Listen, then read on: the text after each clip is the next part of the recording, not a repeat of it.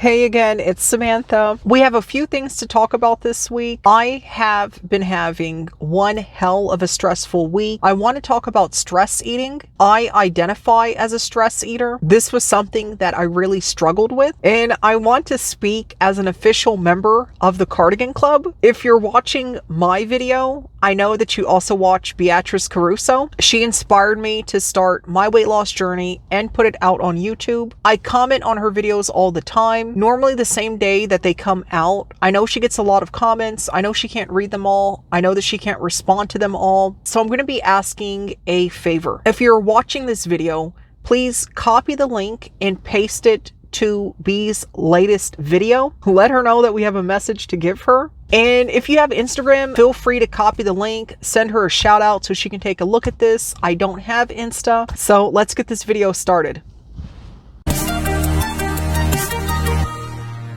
I do want to talk about my current living situation. I have been having extreme issues with my roommate. I'm currently splitting a house with a friend that I have known for years, but it's our first time living together. I feel like I spend at least 70% of the time in my room. I am in a lot of classes. All of that is on the computer. But despite that, it's gotten to the point where I've called my family, told them I need to leave my house for a couple of weeks until my roommate gets a job. We're currently both home all the time. We are just not getting along. It's become extremely dysfunctional. It is interfering with my life. I called my mom in tears and in frustration, and I'm not an emotional person. I'm really not. And my family's response was pretty much, you need to solve your problem. If you don't like your roommate, get another one. I went back home and I pulled up my expense sheet that lists all my requirements for the month that I spend on. My roommate currently contributes to half the rent and utilities, which is $800.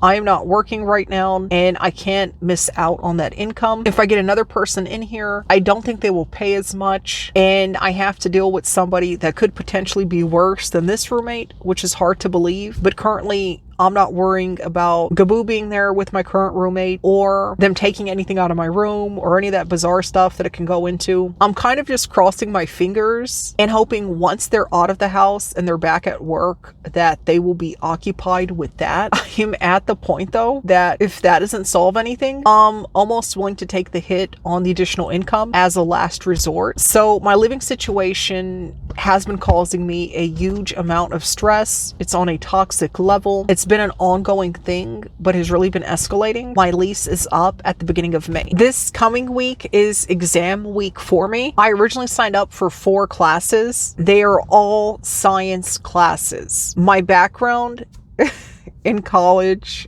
is or was, as long as it's not math or science, I'm great at it. And these science courses are the ones that held me back in the past. The Anatomy 2 professor that I had was ridiculous in the amount of coursework that she wanted completed. We had online homework, worksheet homework. She was a really bad rated professor on ratemyprofessor.com, but it was the only professor that could have fit into my schedule. My microbiology professor is actually really cool. She's really nice. She delivers things in a way that is interesting. It's only that microbiology is just as hard as these anatomy classes. I took intro chemistry about a decade ago. I need the new course so I can apply to dental hygiene school. The intro chemistry class is lecture and lab with a different professor for each. The lab professor is wanting a full lab report before each lab. We do labs twice a week, and I actually remember doing this back when I attempted general chemistry way back in the day.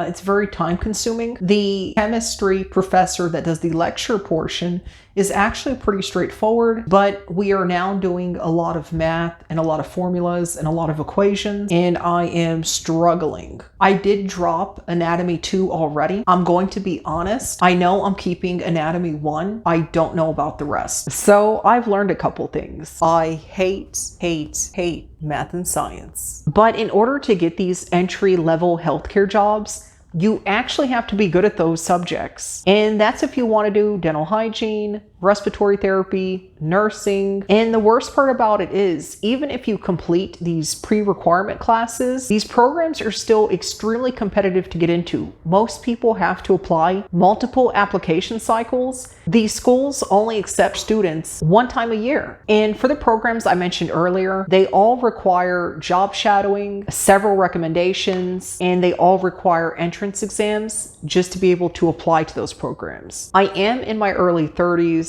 I am getting back into debt as I am back at school, but not working. And I am really struggling with these science courses. I really want to work in healthcare. My prior work experience mainly started in customer service, and then I branched out into like administration and clerical. My last job, I was working in claims support. They were all basically desk jobs, and I'm really done with a sit-down computer type job. I don't want to go back to that. I am looking at something for when I go back to work in late December, early January. I plan to take a phlebotomy course as well as a certified pharmacy tech course. Those jobs do pay a bit less than what I was earning in the other sector, but I am okay with that. I really just want to start getting patient experience. I might also be changing my long-term goal from dental hygiene to radiology tech. There's a few reasons for this. Quite a few of the programs in the Houston area I have already completed the pre-requirements for. The application process seems to be more straightforward. I don't need to job shadow.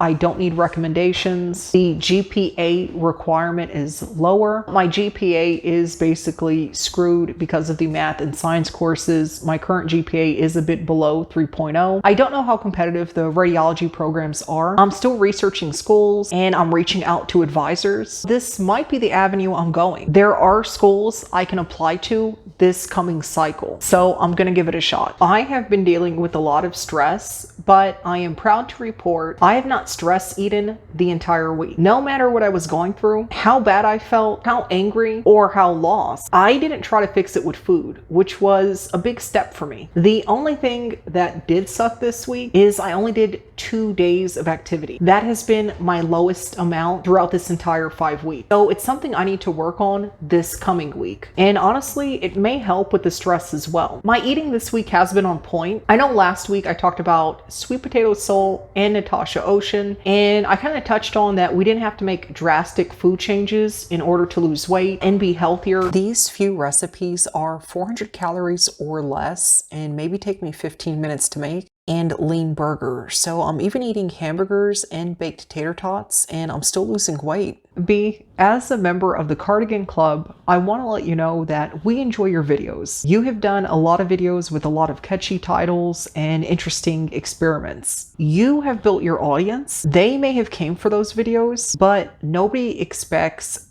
those kind of videos every week. You should not feel obligated to produce that type of content every week. The only YouTuber I know that does that on a consistent basis is Matt D. Avella. His channel specializes in all these little experiments that he does for 30 days. We're here for your weight loss journey. We just want to know what you're struggling with. How did your week go? I always do like a quick rundown toward the end of my videos of how I did things that week and things I want to work on for the coming week, specifically regarding weight loss. We don't need to see you doing extreme challenges or running straight for 3 miles. We just want a weekly check-in. When I watch your videos, most times I feel like I'm catching coffee with an old friend. We have seen your fitness improve over this time. We've watched you lose weight. I know we live in a society now that everything has to be politically correct. I know on your last video you received a lot of comments that were like, hey girl, you do you.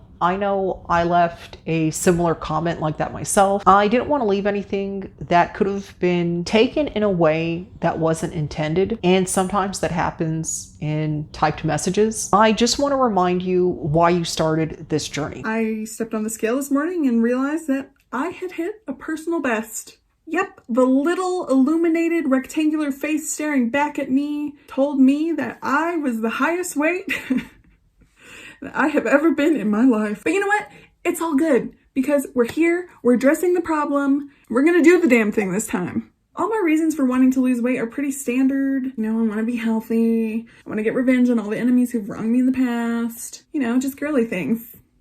I'm kidding about that last bit, but it would be really nice to be thriving when I run into certain people. My current fashion go-to is every single color cardigan in the rainbow. But it doesn't matter because I'm motivated and ready to make a change this time. But weight loss has always just been sitting there collecting cobwebs, alone and scared. But this time is different. I just kind of feel like if I can be successful at this one thing, I can do literally anything. I feel if you don't keep with the posting schedule, you're gonna fall off the wagon or gain the weight back. The accountability I found on YouTube has been such a success for me, and it's obviously helped you as well. I think removing a posting schedule completely isn't a good idea. I also found that consistency has been a huge factor in success so far. Another thing is you have raised $10,000 for your charity of choice in as little as 6 days. I think you can do amazing things. I haven't seen YouTubers do that before. I'm also going to be really blunt here. I think if you continue to consistently upload, you may find that YouTube could be incredibly lucrative for you. I think you're canceling a shot at an amazing opportunity. Most people that start YouTube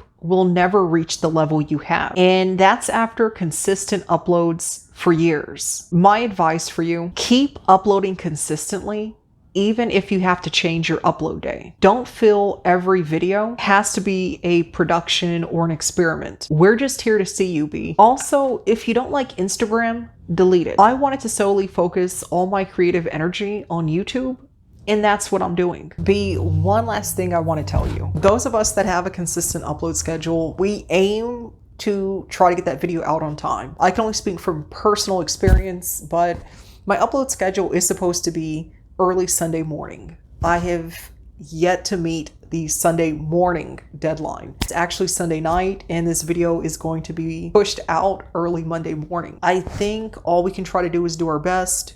I know that's what I try to do, and I know for your subscribers and people that have been watching you, I think that's all we expect as well. And on a personal note, I just want to tell you, thank you for putting yourself out there. Thank you for being so vulnerable, so open and relatable. I don't know what's in the future. I can only say you may have changed my life. Thank you. I just hope you've had a great week. I hope you're feeling better, and I look forward to your next video, whenever that may be. All right, so anybody watching this, please send this link to B. Let's keep chasing that better body and better life, and I'll catch you guys next week. Bye.